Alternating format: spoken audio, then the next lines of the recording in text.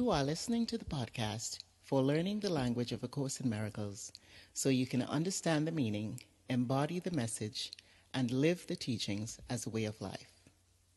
Welcome to episode 5 of this podcast. I'm your host, Reverend Jennifer McSween, creator of this podcast and the Course in Miracles practice coach for taking those who are studying the course from inspiration to application. On this week's episode, I'm going to talk about the meaning of forgiveness from the perspective of A Course in Miracles. From the perspective of the world, forgiveness is seen as letting go of the anger, resentment, feelings of being hurt, attacked, or unfairly treated that someone is holding on to.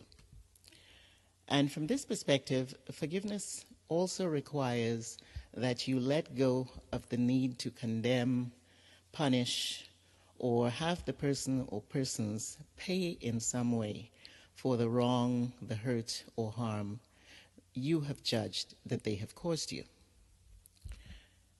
This form of forgiveness is seen as noble, loving, and even described as what God wants us to do. It's taken for granted that we need to do this, or we are to do this according to divine design. And it is seen as the highest and most humane response to forgive without hesitation those who you feel have persecuted, attacked, or treated you unfairly or unjustly in some way. It is also seen as a natural and is expected as what you should do or what you have to do, regardless of any feelings of pain or suffering that you may be experiencing. I remember a few years ago when I was in the midst of what I experienced as a very emotionally painful situation. I poured my heart out to someone about what I was feeling and the specifics of what had transpired, over which I felt so deeply hurt. And without missing a beat, in response to my heartfelt sharing, the person immediately said, "Well, you have to forgive that." And now, rightly understood, forgiveness is to be our natural response to every situation in which we're not at peace. But from the perspective of the world, from the perspective that which this person was speaking, what they were saying that I had to do is impossible. And here's why.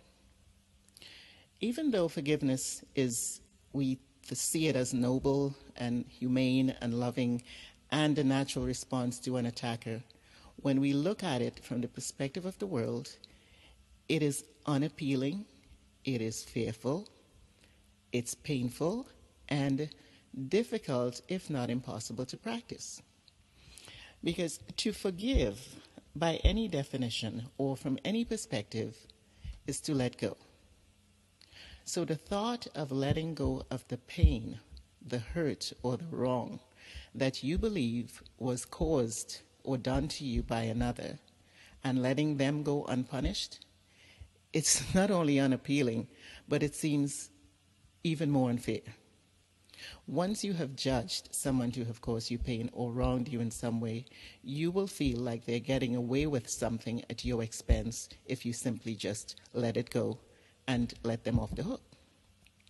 So again, you feel like you're being hurt again, and now you're experiencing even more pain.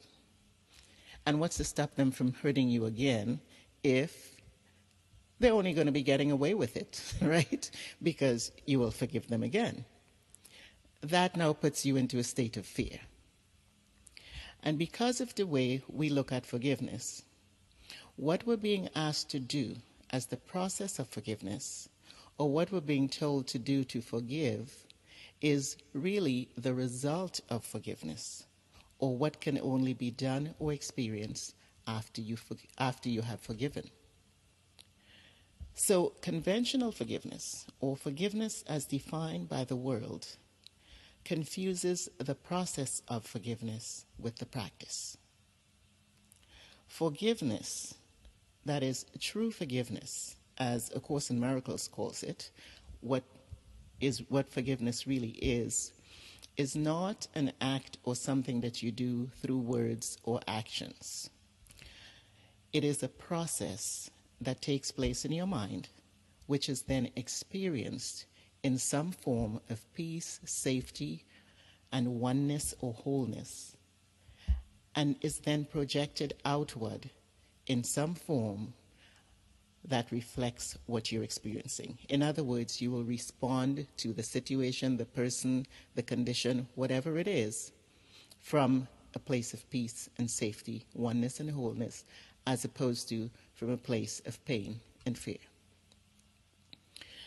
All that is ever taking place is that we're experiencing the content of our thoughts in the different feelings and responses that we have. It is not really possible to express or experience a thought in a form that is opposite to its true nature or content. What I mean by that is, it is not possible to feel fearful or victimized and genuinely behave in a kind and loving manner, and definitely not for an extended period of time, even if you're able to do it for a little while, to sort of pretend or go through the motions. You see, this is what usually lies beneath all feelings of resentment, because you're trying to repress or cover up your unloving thoughts and feelings by behaving in a manner that's opposite. The Course defines forgiveness as looking past the illusory forms and recognizing the truth that lies behind. Stated another way, forgiveness can be described as letting go of the belief in the power of illusions. True forgiveness, that is, I'm talking about now. In episode 3, I talked about the Course's most fundamental teaching that gives it its unique perspective, the teaching that the world is an illusion. I discussed the fact that this doesn't mean that we're not seeing or experiencing the different forms we see and encounter, or that we should deny what we're seeing or experiencing, but that we need to realize that there is no substance, meaning, or power in the form in which anything appears. All that we see and hear and or encounter in any form is nothing but the projection of an idea in the mind. It operates in the same way as what goes on when you go to the movies, in the analogy I also used in episode 3. The images that we see on a movie screen are not real, and they cannot be the cause of, nor can they have any effect on any other image or anything that takes place on the screen that we see in front of us, because they are projections of images from a reel of film being run through the projector at the back of the room. In my book, True Forgiveness, The Proven Path from Pain to Power in 5 Simple Steps, I shared a passage from Workbook Lesson 190 in A Course in Miracles that is the basis of the Course's definition of forgiveness and how it's to be practiced. And what this passage does is it helps us to understand how everything we see and encounter in any form is just like the images we see on the movie screen, the projection of an idea, and not something that has substance, meaning, or power in and of itself. The passage states, "It's your thoughts alone that cause you pain. Nothing external to your mind can hurt or injure you in any way. There is no cause beyond yourself that can reach down and bring oppression. No one but yourself affects you. There is nothing in the world that has the power to make you ill or sad, weak or frail, but it is you who have the power to dominate all things you see by merely recognizing what you are." According to this passage, the way you think, the way you feel, think about, and in turn experience anything is based on one thing only: your perception, the way you are looking at it, and what you're telling yourself about what it is, what it means, etc. It is not what a person says or the way they say it. It is not the way you are treated or not treated. It is not the presence or the state of a situation or condition that causes you to be angry, fearful, or takes you off your peace.